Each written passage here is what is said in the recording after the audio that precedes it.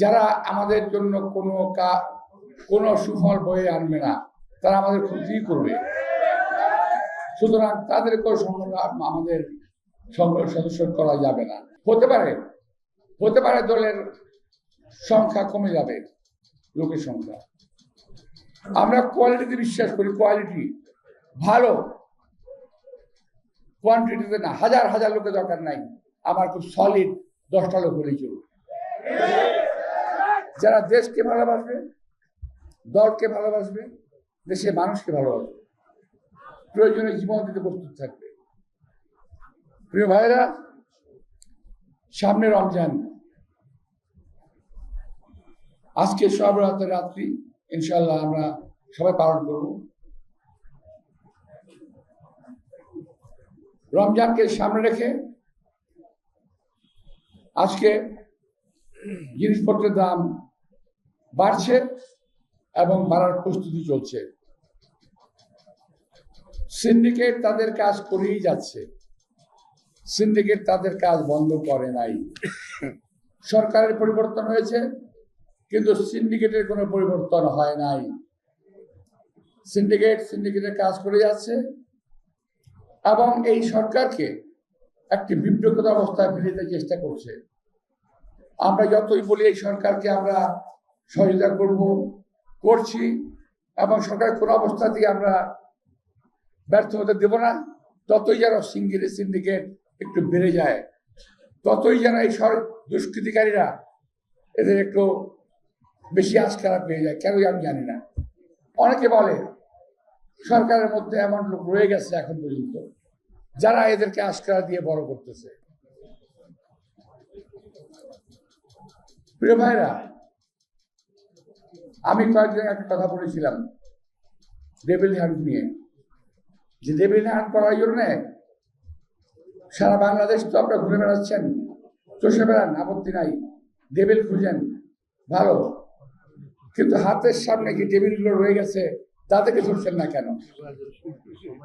যেই ডেভিলরা পরিষ্কার ভাষায় আজকে যারা সিন্ডিকেট করেছে তারা 3 তারিখের আগস্ট মাসের 2 অথবা 3 তারিখে তৎকালীন খুনি প্রধানমন্ত্রী শেখ হাসিনাকে যারা বলেছিল আপনাকে ছাড়া বাংলাদেশ চলবে না, আপনাকে আমরা চাই, কবিতার ভাষায় বলেছিল জীবনেও চাই, মরণেও চাই, অনেক অসম্ভবের সময় আপনাকে চাই, সেই ডেভিলটা তো হাতের কাছে আছে, কেন ধরছেন না?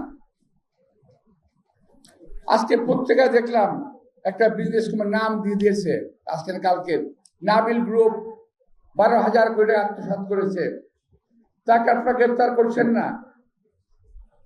কারণ কি? কোন একটা রাজনৈতিক দলের সঙ্গে খুব ভালো সম্পর্ক আছে, সুতরাং তাকে ধরা যাবে না, তাই না? সবাই শুধু বিএনপি জোর দেন, বিএনপি এটা বিএনপি, আসলে বিএনপির এই পর্যন্ত যতটুকু মানুষ সহনশীলতার পরিচয় দিয়েছে, বিএনপির ছেলেরা যতটুকু ভালো রাখার চেষ্টা করেছে, সেদিকে আপনাকে নজর দিচ্ছেন না, শুধু একটা ভাঙা ঢোলে দিচ্ছেন, বাড়ি দিচ্ছেন, বিএনপি চাঁদাবাজি করে। আরে ভাই, চাঁদাবাজি করে তাদের ধরছেন না কেন? জানেন যখন ধরেন কোন আপত্তি নাই, সবাই তো ধরেন। আজকে বিভিন্ন ব্যবসায়িক গ্রুপকে পৃষ্ঠপোষকতা দিয়ে যাচ্ছেন 2-1টি রাজনৈতিক দল, 2-1জন রাজনৈতিক ব্যক্তি, যারা কথা বলেছিল না অত্যন্ত অসম্ভব তোমাকে চাই, অর্থাৎ হাসিনাকে চাই, 3 তারিখে বলেছিল। আবার একজন বলেছিল মৃত্যুর আগে মৃত্যু তোমাকে চাই, মৃত্যুর পরেও তোমাকে চাই, মৃত্যুর পরেও তোমার সঙ্গে থাকবো। খেয়াল আছে? যদি কারো খেয়াল না থাকে দয়া করে ওই 2-3 তারিখে টেলিভিশনে দেখেন, সবগুলো ডেভিল, সবগুলো শয়তানকে পেয়ে যাবেন, যাদের উস্কানিতে 4-5 তারিখে এইভাবে সারা বাংলাদেশে এই দেশের ছাত্র জনতার উপরে গুলি চালানো হয়েছিল, যাদের উস্কানিতে আজকে দেশের দ্রব্যমূল্য বেড়ে চলেছে, যাদের উস্কানিতে আমার হাজার হাজার মা বোনের বুক খালি হয়েছে। ওই উস্কানি তাদের ধরছেন না, কারণ ওদের সবার সঙ্গে হাত মিলিয়ে ধরেছেন বিশেষ একটি রাজনৈতিক দল, যারা বারবার আমাদেরকে দোষারোপ করে। আসলে নিজের দোষ ঢাকতে গিয়ে বিএনপির মতো দোষারোপ করতেছে। এখন থেকে আমাদের কাজ হবে ওই ধরনের ভণ্ড রাজনৈতিক দলগুলোকে, যারা একটা লেবাস পরে অন্য দলকে দোষারোপ করার চেষ্টা করে, তাদেরকে জনগণের সামনে উন্মোচন করে দেওয়া, তাদের প্রকৃত অবস্থা দেশবাসীর সামনে তুলে ধরা। প্রিয় ভাইরা, নির্বাচন নিয়ে কথা বলছেন, কখনো বলেন যাবেন না, কখনো বলেন যাবেন, কখনো বলেন এটা হলে যাব, কখনো বলেন ওইটা হলে যাব। আরে ভাই, আপনাদের ভুল সিদ্ধান্তের কারণে মনে হচ্ছে 2008 সালে বিএনপি এবং আমরা জোট নির্বাচনে গিয়েছিল, তার ফলশ্রুতিতে বাংলাদেশের অনেক নামি দামি অনেক বিখ্যাত প্রখ্যাত মনীষীদেরকে প্রাণ দিতে হয়েছে ফাঁসির কাছে। ওই রকম ভুল আর করবেন না দয়া করে।